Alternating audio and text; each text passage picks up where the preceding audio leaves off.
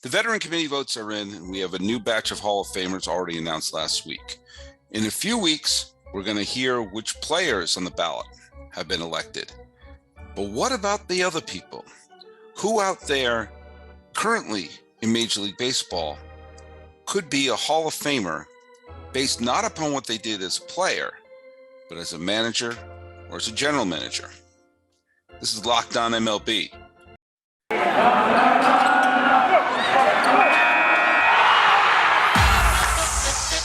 You are Locked On MLB, your daily MLB podcast, part of the Locked On Podcast Network, your team every day. Hello, baseball fans. Welcome to Locked On MLB, part of the Locked On Podcast Network, where it's your team every day. Thank you for making Locked On MLB your first listen, as we're available on your free podcasting platforms. Easy for you to say. Hey, we are available wherever you get your podcasts and also here on YouTube. If you want to follow us on Twitter at Locked On MLB Pod, same handle for Instagram. I'm your pal Sully. I'm at Sully Baseball on Twitter, Sully Baseball Podcast on Instagram. Did I introduce myself? I can't figure out. Did I say that I'm Paul Francis Sullivan? You can call me Sully. I don't know. Forgive me. I haven't done a podcast for a couple of days, just for work reasons, and also because there's not a lot to talk about. And I missed a day. That's why I'm doing this one on Sunday. You only got 4 last week. You're going to get 6 this week. Let me tell you something. It's going to be the off season with a lockout, but I'm still going to be churning these out a lot because, it's fun to talk about baseball. And also, by the way, if you like what we're doing here, I'm going to be guest hosting a few episodes of Locked On A's, because, every once in a while, reality kicks in and a little thing called birth is going to happen to Jason Burke's family. So he's going to be Jason Birth. He's going to be a dad soon. He's going to be going on paternity leave, at least for a couple of weeks. And a bunch of us have stepped up to do some guest spots of Locked On A's, and I'm thrilled to be doing that. So check that out. Just some things in my life caught up with me on Friday and Saturday, and I just couldn't record a podcast either one of those days. So I'm making up for it today with Sunday. Now, here's a funny thing. And there are some new listeners out there and people who are brand new to the show. For those of you who don't know me and what I've been doing in podcasting land all these years, I used to host a show called the Sully Baseball Daily Podcast. I used to do 365 shows a year, unless it was a leap year, then I did another one. And I did that from October of 2012 until April of 2017. I didn't miss a single day, which means there are nearly 2,000 episodes that I did for that. And if you like this show and you want to hear some of the stuff that I did beforehand, some of it is topical. We're talking about the 2012, 2013, 2014, 2015, and the 2016 postseason World Series and all that off-season things like that happening. All those are topics of the past, but there are also a bunch of evergreen ones. There's a bunch of great interviews with players, including Sean Doolittle and Gary Templeton and Kevin Mensch and Rudy May and Ellis Valentine. Actors like Joe Mantegna did a guest spot on. There's a lot of really fun episodes. So if you dig this show, go subscribe to Sully Baseball. It's listed just as Sully Baseball on iTunes and other places. And so if you want to go check out some of my old episodes, if you dig what we're doing here, go ahead. I like to go back, and every once in a while, especially in the off season, I'll do what is called a one from the vaults, and I'll pull out an old episode, which I think probably has a little bit of relevance. Here's one reason I'm bringing that up now. You have to be a little creative. You got to roll your sleeves up a little bit in the off season anyway, but especially in off season where there is a lockout. So there's not going to be a lot of fresh topics to be talking about. Hall of Fame is going to get us a little ways there. I'm going to talk a little bit about managers in just a minute. And I was about to record a podcast, and the topic was about the franchise moves that almost happened. And that's happened a bunch of times. And I think some of you might know what I mean. Things like, The Giants were on the verge of moving to Tampa Bay. I think it was the Twins were on the verge of moving. Of course it was. The Twins were on the verge of moving to North Carolina, but there were other stranger ones along the way. The Giants on the verge of moving from New York to Minnesota, that the Chicago White Sox nearly moved to Milwaukee, nearly moved to Seattle. There's a lot of different sort of combination. The A's almost moved everywhere. Anywhere you are now was almost a location for the Athletics, either from Philadelphia or from Kansas City. And I was prepping that podcast. I think it's kind of a fun. I love what ifs. I love alternate universes. Here's the deal. As I mentioned before, I've done hundreds of episodes of Locked On MLB. I did all the 2019, 2020, and 2021. Hundreds of episodes of that, plus nearly 2,000 episodes. I would guess I've done about, I got to count them eventually, but I'd guess anywhere from 2,000 to 2,500 podcast episodes in the last 9 years. Okay. I can't remember if I've done that one. I can't remember if I've already done that topic. And that's happened to me a couple of times. I got a good idea for one, And I look online to see if anyone else has done that sort of topic, and if it would overlap. And I say, oh yeah, I did. I kind of sort of forgot. I don't have a big encyclopedia. I don't have a team of people coming up to say, yeah, you already did that one. I wrote about this 10 years ago when I used to write articles for the Hardball Times. And it was something I had a lot of fun researching 10 years ago. And I've learned a lot of other things since then to add to it. But I don't remember if I've done it before. And I've been Googling my own podcast, trying to find it. So there's some of you out there, like Cubs fan with an 8, some of the people who have been listening to this podcast for a long time.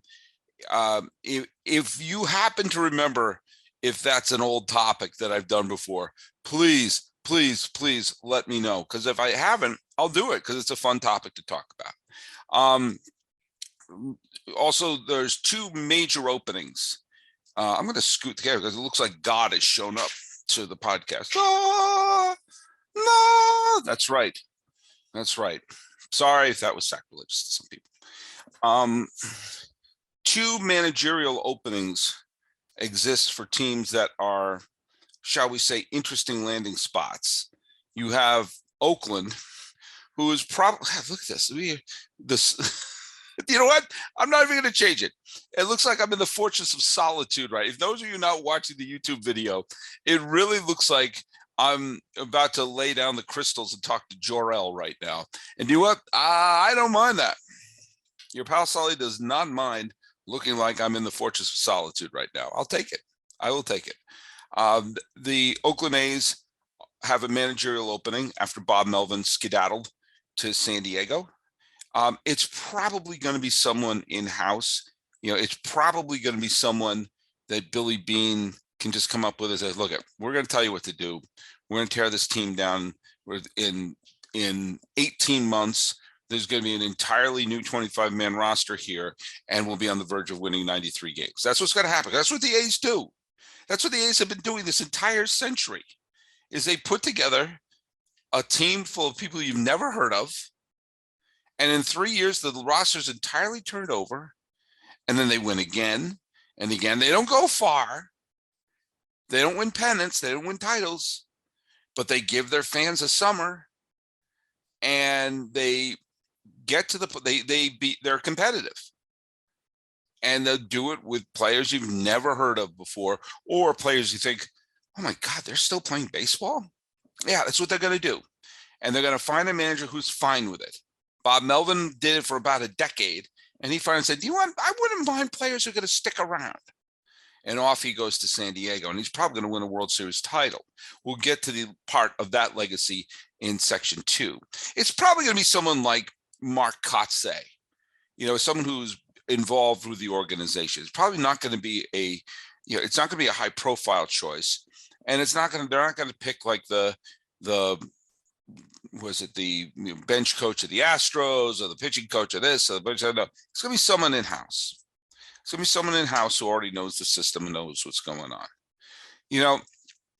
I think that I often wonder if you got a veteran.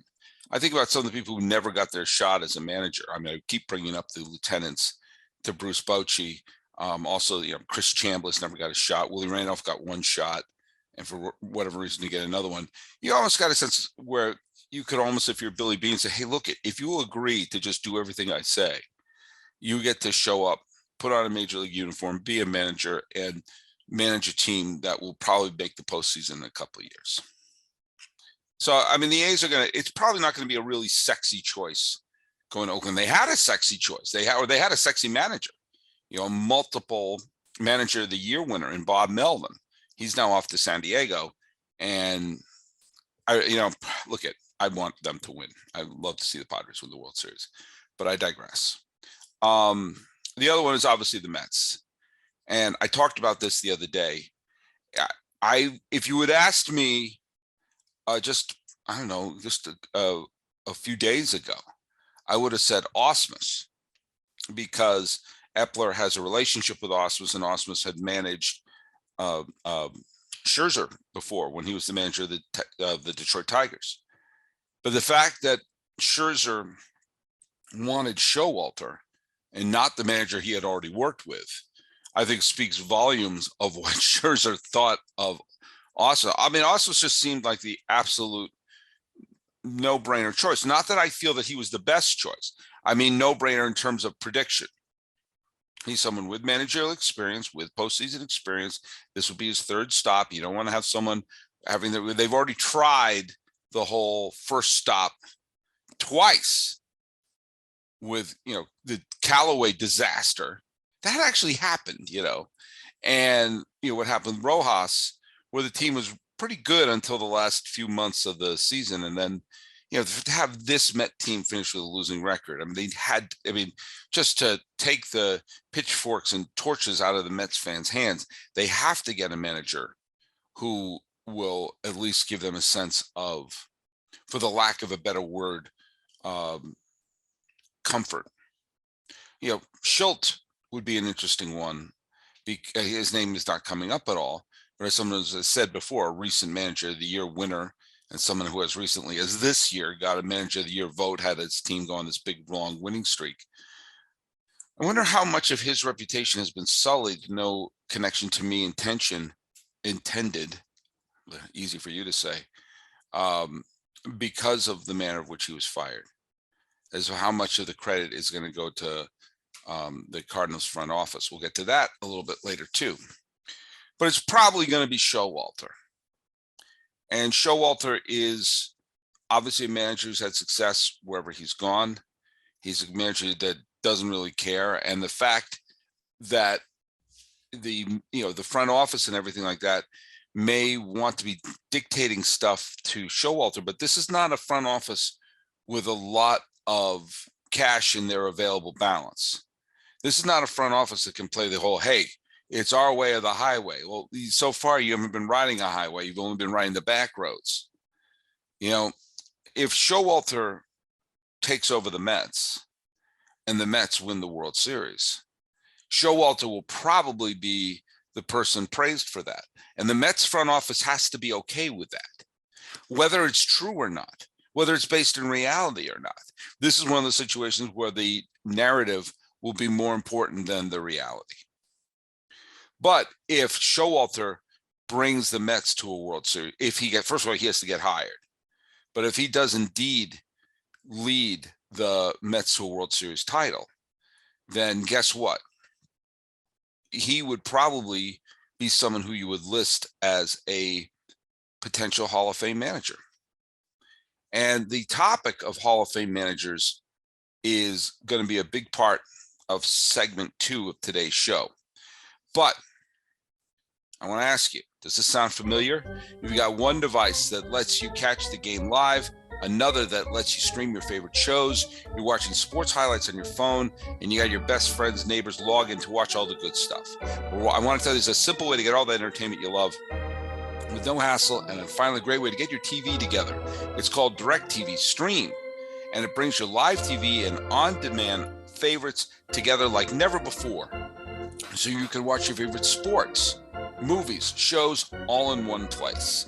That means no more juggling remotes and no need to buy another device ever again. And the best part is there's no annual contract. So get rid of the clutter, the confusion, get your TV together with Directv Stream. You can learn more at directv.com. That's directv.com. Compatible device required. Content varies by package.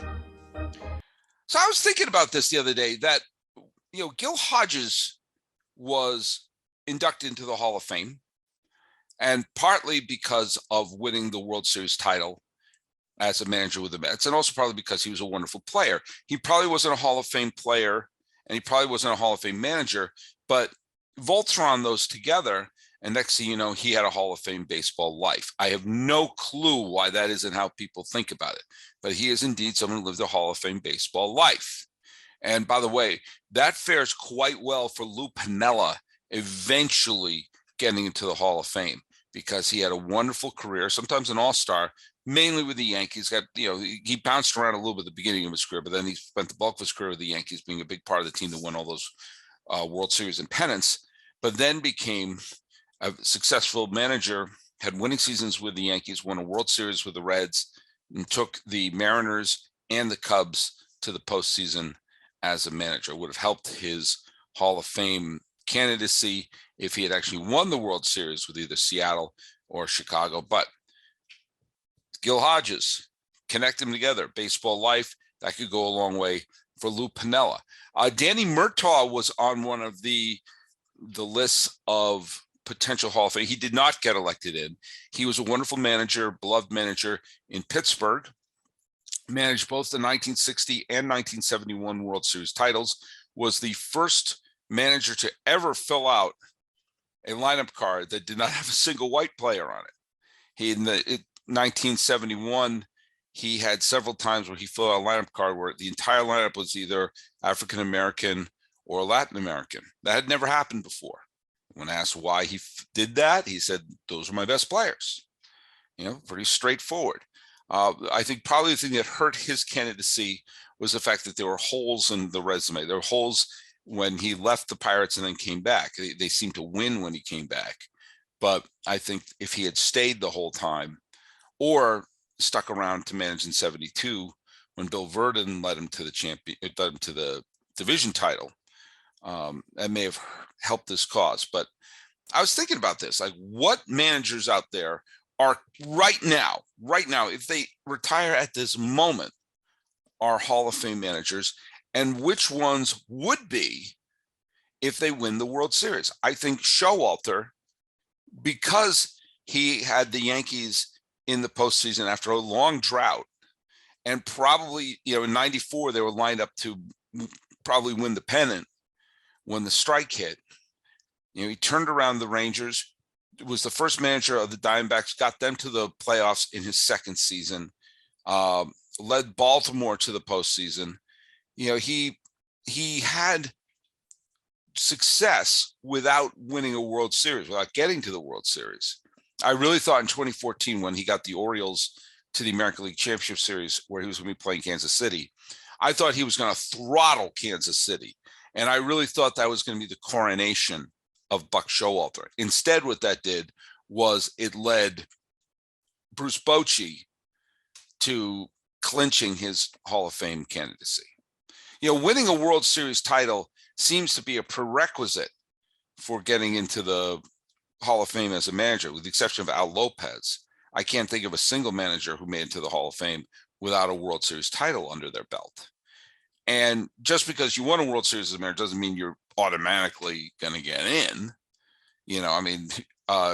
John Farrell, Ozzie Guillen, there's sort of Ned Yost. There's going to be some people who are not Hall of Famers but have that World Series title under their belt. But it sure helps. It seems like it's a prerequisite. Melvin, I'd mentioned Melvin. The fact that he was a manager of the year in Oakland, did a remarkable job while managing the Arizona Diamondbacks, getting them to the NLCS, where the team actually had a negative run differential that year.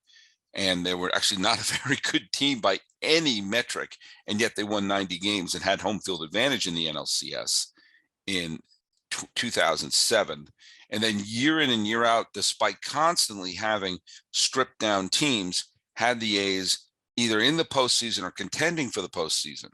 They were in the postseason in 2012, 2013, 2014, 2017, 2018, 2019, and 2020, with radically different rosters in almost every year.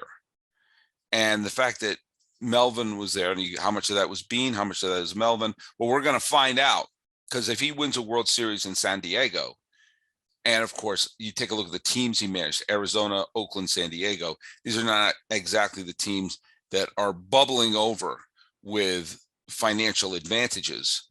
Yeah, we could start talking about Bob Melvin as a Hall of Famer. Let's go down the, how many are already in the Hall of Fame? La Russa actually is already in the Hall of Fame. He has a plaque. He came out of retirement to manage the White Sox. There's really nothing more he can do. Francona, I think, is already a Hall of Famer.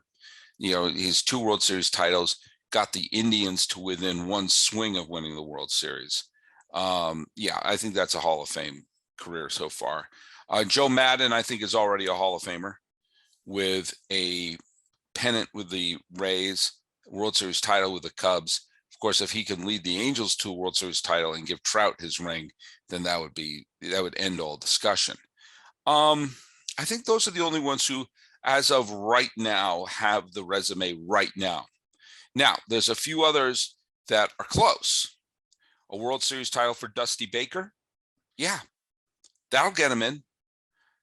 When you include that he took the Giants to the postseason, the Cubs to the postseason, the Reds to the postseason, the Nationals to the postseason, the Houston Astros to the postseason. If the Astros won this last year, rehearse your speech, Dusty. They could still do it this year. He may be able to take the whole baseball life thing, but again, it's tough to elect a manager who hasn't won at all.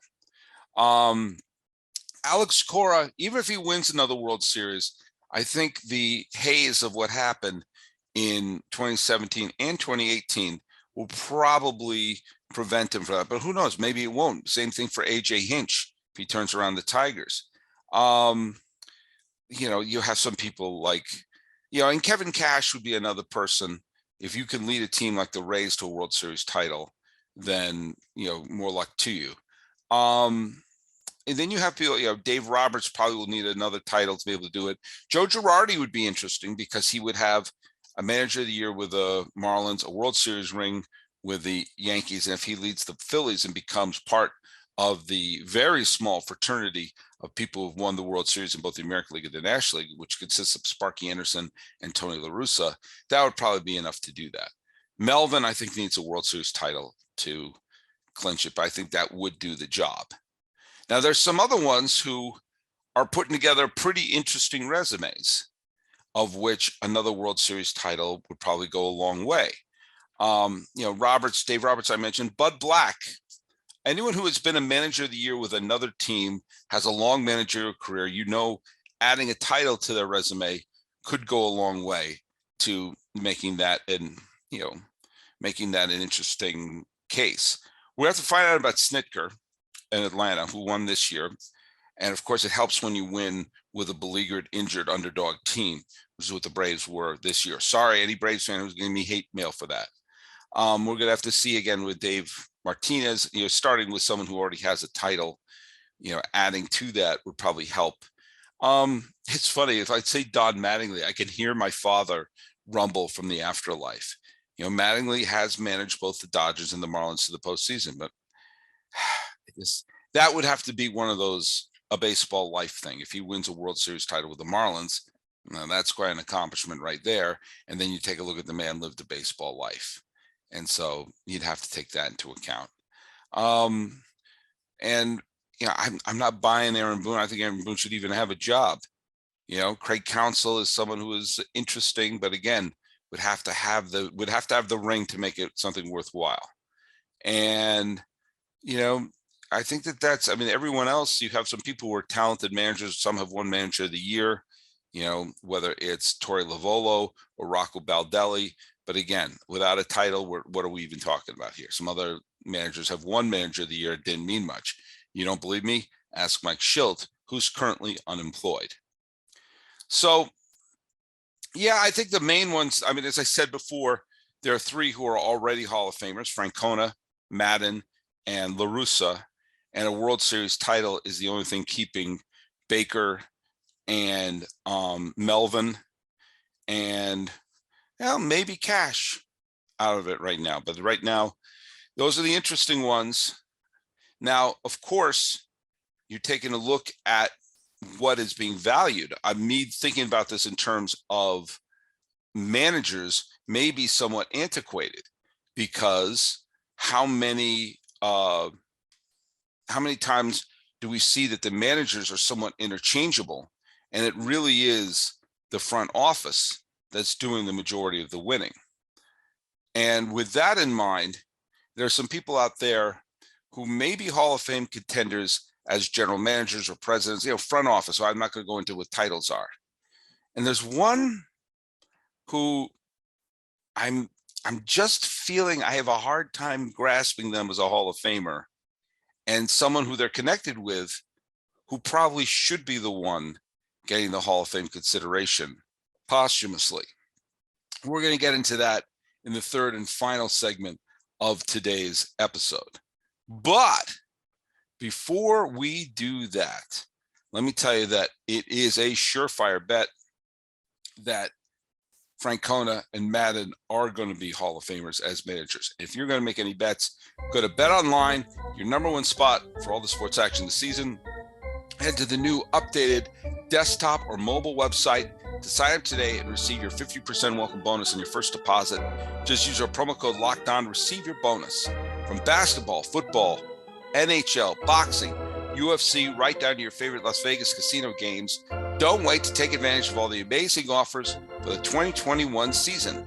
BetOnline is the fastest and easiest way to bet on all your favorite sports. BetOnline, it's where the game starts. And you know what we're going to talk about right now? Really, right here and right now. I'll tell you what we're going to talk about. Built Bars, and I love it. If you're watching this on YouTube, the sun is hitting the Built Bar. It looks like now we're really into Superman when he's holding up the crystals in the Fortress of Solitude. Yeah, I'm making really, really up-to-date references here when I talk about Built Bar. But let me tell you something.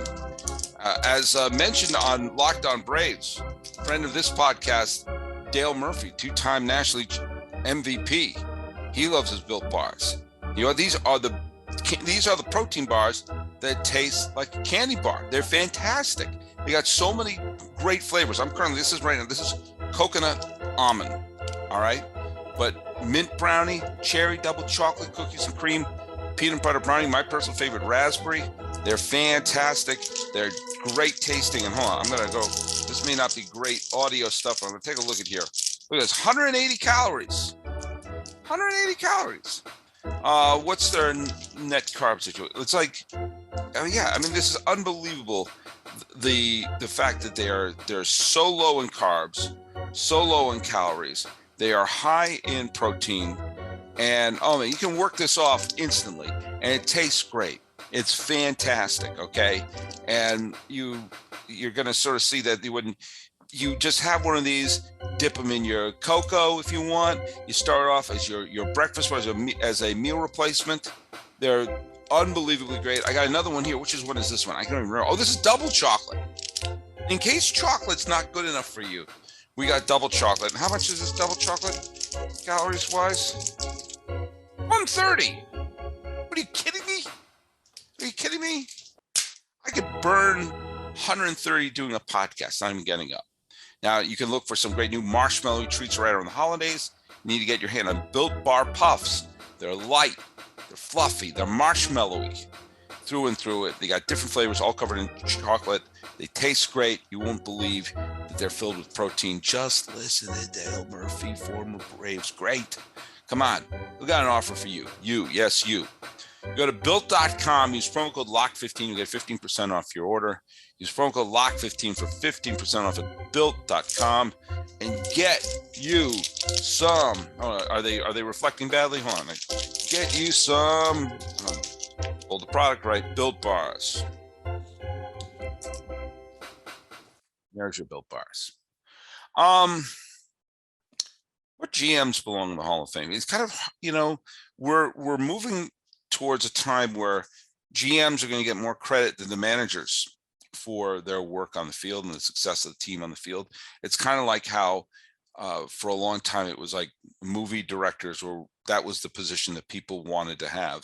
That seemed to have the one that had the most creative power, but now it's TV showrunners and executive producers. So people seem to be more wanting to become a showrunner than a film director, and great baseball minds seem to want to be a GM rather than manager. The manager doesn't have the same cachet they used to have. So if we're going through these potential Hall of Famers as the managers, and you sort of take a good long look at who's still out there as potential Hall of Famers as as a GM. We brought up Billy Beane. Billy Beane's an interesting case because he almost has to have a World Series title in order to justify everything, even though everyone else seems to be doing his methods and winning with it. He's kind of like, I'm trying to think of like, you have someone who is the pioneer in filmmaking. You would have someone like a Godard was doing all these techniques, and other people started using the same techniques and in more financially successful movies. You honor the person who came up with the strategies. Billy Beane came up with tons of strategies that turned around the A's. Just hasn't translated into a World Series title. And you think about all those years where they got down to a game 5 of the division series and a bounce here, a bounce there. The A's could have had 1 or 2 pennants or titles, and we're not even having this conversation. He's to be already in.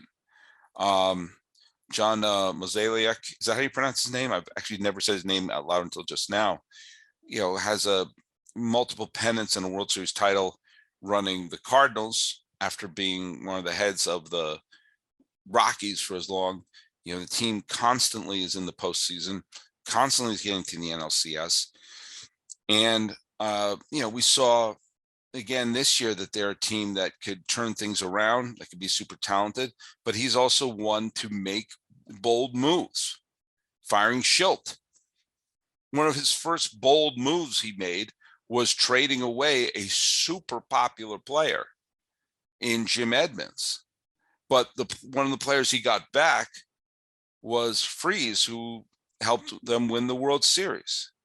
You take a look at how he's done as a GM and as someone running the team. He's someone who, with another title, could probably be someone who we talk long and hard about. Whether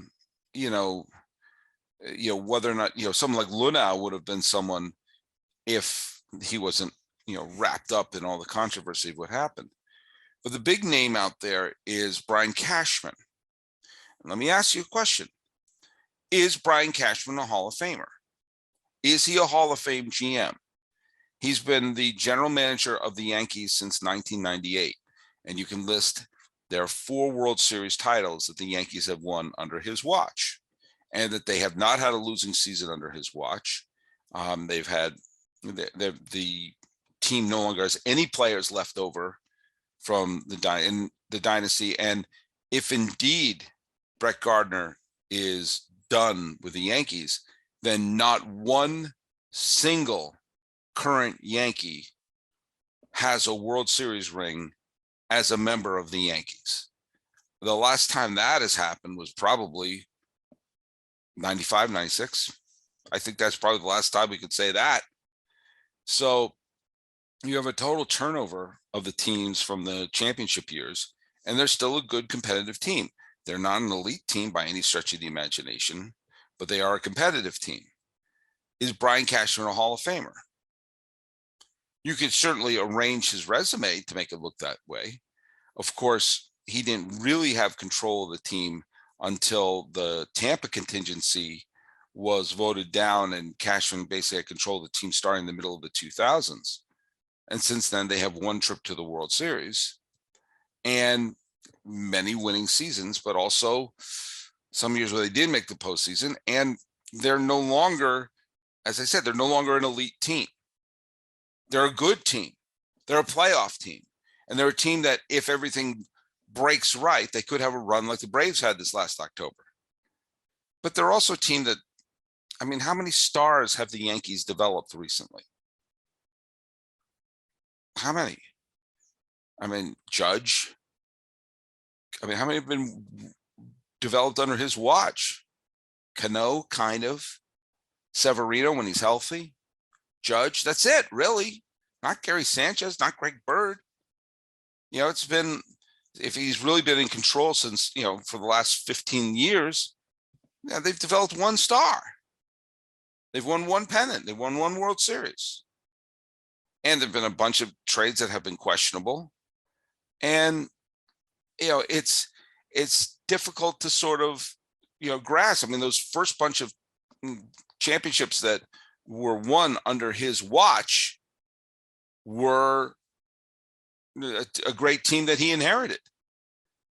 And, you know, I really don't know. Like, there's some people I know who would, their heads would explode if Dusty Baker got elected to the Hall of Fame. And I might be one of those people for Brian Cashman. Now, that's not meant to be a slight on him. It's just the truth. You know, I don't see him as someone who is has had a Hall of Fame caliber career. A lot of the legwork that was done to create that dynasty was done in part by Buck Showalter, who will be in the Hall of Fame if he wins a title with the Mets, and with the late Stick Michael, who was able to build the team while Steinbrenner was under suspension.